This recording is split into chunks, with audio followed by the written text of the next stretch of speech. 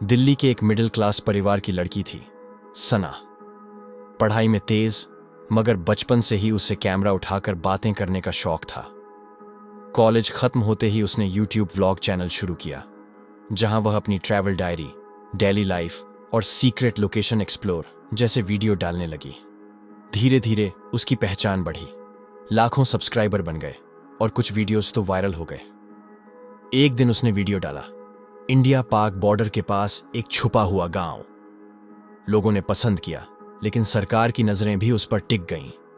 उसकी पहुंच, उसके सवाल और उसकी जगहों की चॉइस कुछ ज्यादा ही संवेदनशील लग रही थी।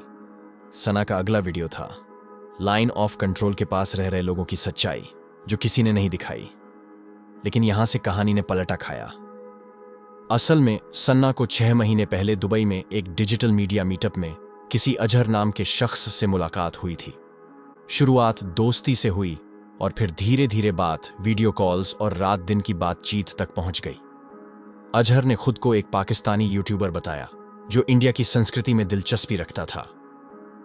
शुरुआत में सना को सब मजाक लगा। उसने कुछ क्लिप्स भेजीं, कुछ बातें बताईं, सोचा कि इसमें क्या गलत है। लेकिन धीरे धीरे वो जानकारी संवेदनशील होती चली गई।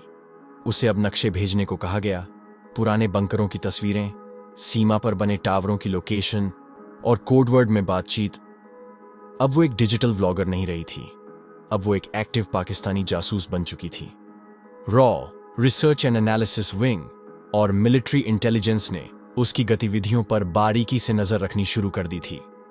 एक दिन जब उसने बुलेटिन पोस्ट किया जिसमें एक विशेष बॉर्डर बंकर की आंतरिक तस्वीरें थीं, उसी दिन से ऑपरेशन शुरू हो गया।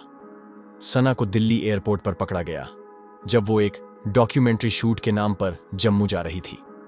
उसके पास से 3 फर्जी पास, 2 सैटेलाइट फोन और एक डिवाइस मिला जो सीधे अजहर के सर्वर से लिंक था। पूछताछ शुरू हुई।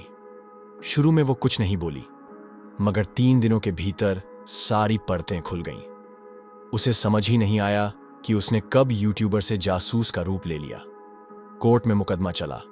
सरकारी वकील ने सबूत पेश किए, उसकी बातचीत, पैसों का ट्रांजैक्शन, वीडियो प्रूफ और सबसे बड़ा वो सीक्रेट कैमरा फुटेज जिसमें वो मिलिट्री कैंप की तस्वीरें ले रही थी। सना ने माफी मांगी, कहा उसे धोखे में फंसाया गया, मगर कानून ने कोई नरमी नहीं दिखाई। उसे देशद्रोह, राष्ट्र की सुरक्षा को खतरे में डालना और विदेशी गुप्तचर एजेंसी से जुड़ाव के आरोपों में उम्र कैद की सजा दी गई। यूट्यूब चैनल हमेशा के लिए डिलीट कर दिया गया और देश को यह एक बड़ा सबक मिला कि कभी कभी कैमरे के पीछे की मुस्कान भी देश की जड़ें हिला सकती हैं।